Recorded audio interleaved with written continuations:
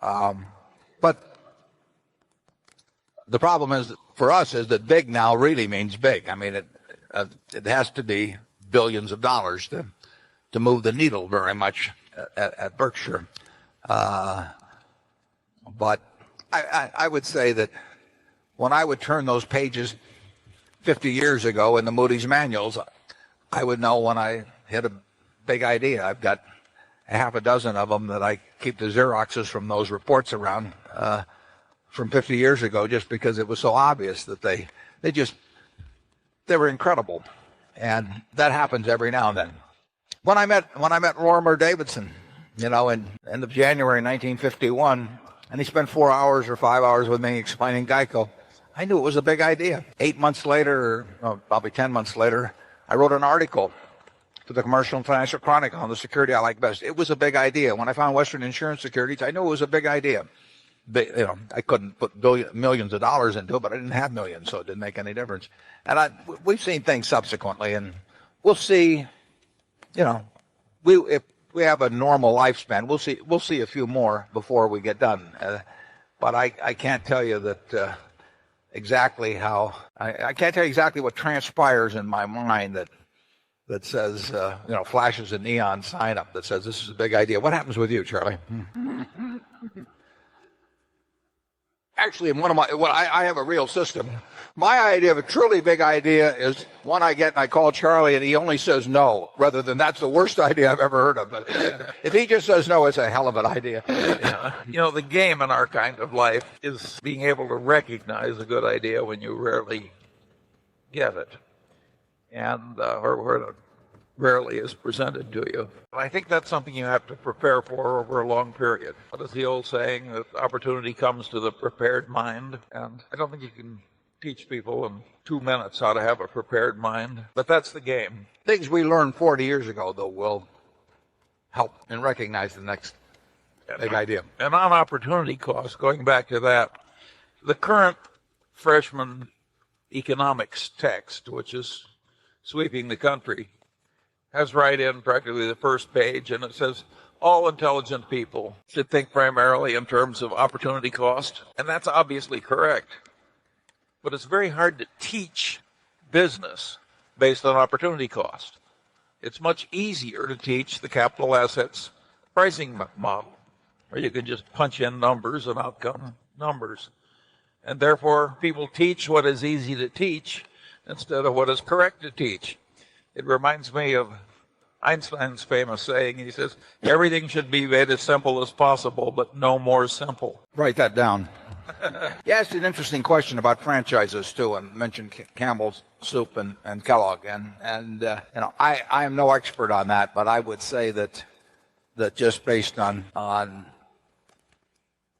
my general observation over the years is that the problems there came from two different things. I think that the problems with cereal, ready-to-eat cereal, were not so much changes in taste or consumption patterns, but I think they made it just push their pricing too far to the point that they lost market share without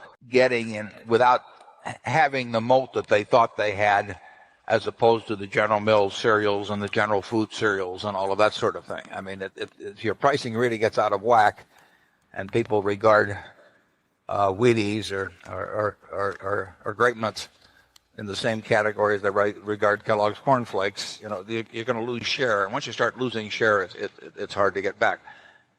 Problems with soup, I think, relate more to lifestyle. I think that it's become it's a little less. It fits in a little less well with current lifestyles maybe than 40 years ago. Soft drinks, the consumption of soft drinks, I don't have the figures here, but I would wager that in 110 years, the per capita soft drinks has gone up virtually every year throughout that history. I mean, it's now close to 30% of U.S. consumption of liquids. So if the average American has about 64 ounces of liquids a day, you're talking about, say, 18 ounces of that being soft drinks, and 43% of that 18, or almost 8 ounces a day, being Coca-Cola products. In other words, 1/8 of all the liquid man, woman, and child in the United States take in comes from Coca-Cola products. But that has gone up virtually, well, throughout the world. It's gone up on a per capita basis, almost since soft drinks were discovered. And people, I would say that trend is almost impossible to reverse on a worldwide basis. I mean, there's so much potential in countries where per capita consumption is like, I think it's maybe 8 per capita, which is 8-ounce servings. They talk in terms of 64 ounces a year. So you have 1/50th of the consumption per capita on Coke products in some important countries that you have here. I just don't see it as being. Now, you can push pricing too far. I mean, there comes a point, depends on the country in which you're doing it, and depends even on areas within the country in which you do it. But if you establish too wide a differential between Coke and a private label product, you will change consumption patterns somewhat. Not huge, but enough so that you don't want to do it. But I don't think you'll see.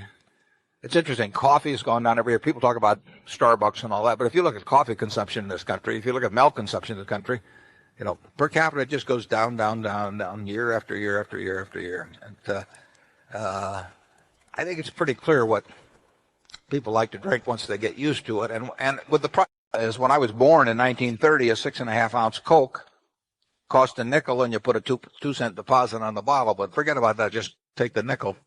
Now you buy a 12-ounce can or a larger product, and you're paying, and if you buy it on the weekends at the supermarket specials or something, you're paying maybe a little more than twice per ounce what you were paying in 1930, 70 years ago. And compare that to the price behavior of almost any product that you can find.